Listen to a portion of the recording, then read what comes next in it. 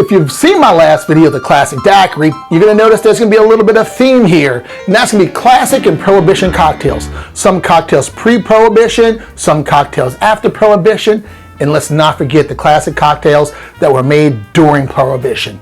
Prohibition cocktails were amazing because that's when flavors started getting introduced. It's where sweeteners, bitters, juices started getting introduced into cocktails, basically because there were people making their own liquor in their bathtub, hence bathtub gin, and it tastes like garbage. So they had to do something to make it palatable. Today we'll be covering the Gimlet, an amazing cocktail.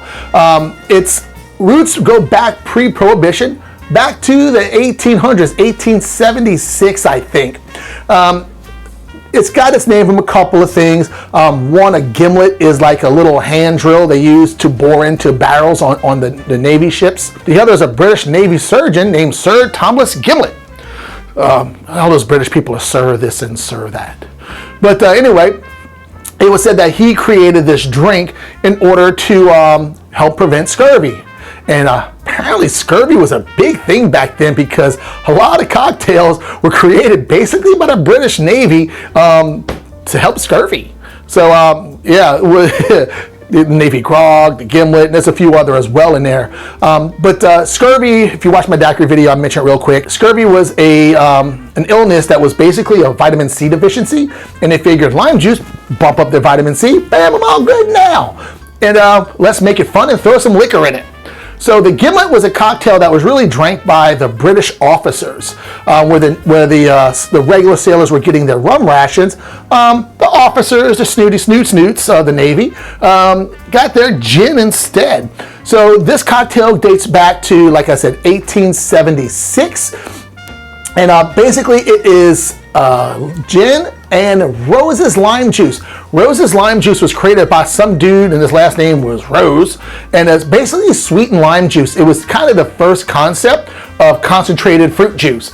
He took some lime and he took some sweetener and some water, blended it together, made Rose's lime juice. Now today's Rose's lime juice is incredibly high in carbs. It's made with a lot, and I mean a lot of high fructose corn syrup. So what we're gonna do is we're gonna kind of make our own pseudo style, I guess. Basically all we're doing is we're gonna take equal parts of lime juice and simple syrup made with allulose. And then we're just gonna have, 2 grams of carbs per ounce. And we're only using a half ounce. 1 gram of carbs in our cocktail today. So enough jibber jabber. Let's start making a cocktail. So in one of our shakers, we're gonna be adding 2 ounces of gin. So again, the original recipe was 1 part gin, 1 part Rose's lime juice. So we're gonna go with 2 ounces of gin. Man, my stopper is slow as fuck. Probably need to clean that out or something, or just throw it away. 2 ounces of gin. I'm using Sugarfield's gin. I find it's the perfect balance between a London Dry and a New American style gin or New World gin. Those usually a little more citrus forward and sometimes can get lost in the cocktail with other ingredients. The London Dry gins I find like Tanqueray is super botanical, super piney, not into that. So, but I think Sugarfield, so if you're in Louisiana, make sure you grab a bottle of this. It's only available in Louisiana right now.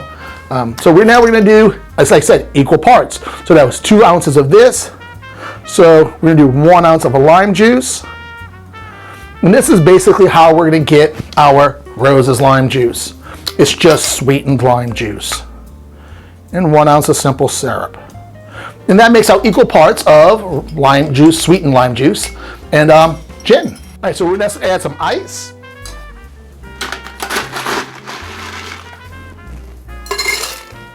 Put all this together and give it a good shake.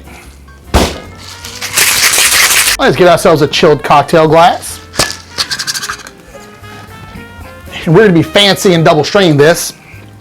If you caught my last video or any of my other videos, I talk about technique. Double straining is Hawthorne strainer and fine mesh strainer to pull out any broken ice chips, just to keep a little smoother texture and mouthfeel on your cocktail. Now, your gimlets can also be made with vodka.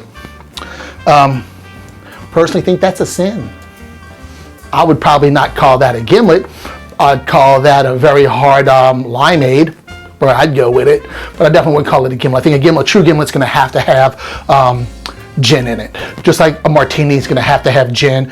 Vodka martinis, again, there is actually a name for that, but we'll get to that one. We'll do that one soon.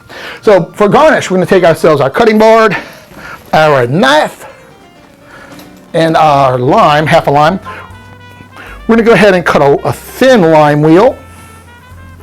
Set that right on the corner for a pretty picture. And there you have one of my wife's favorite drinks, a gimlet. All right, guys, y'all have a great day. Because after you've had a gimlet, there's no way you can't have a great day.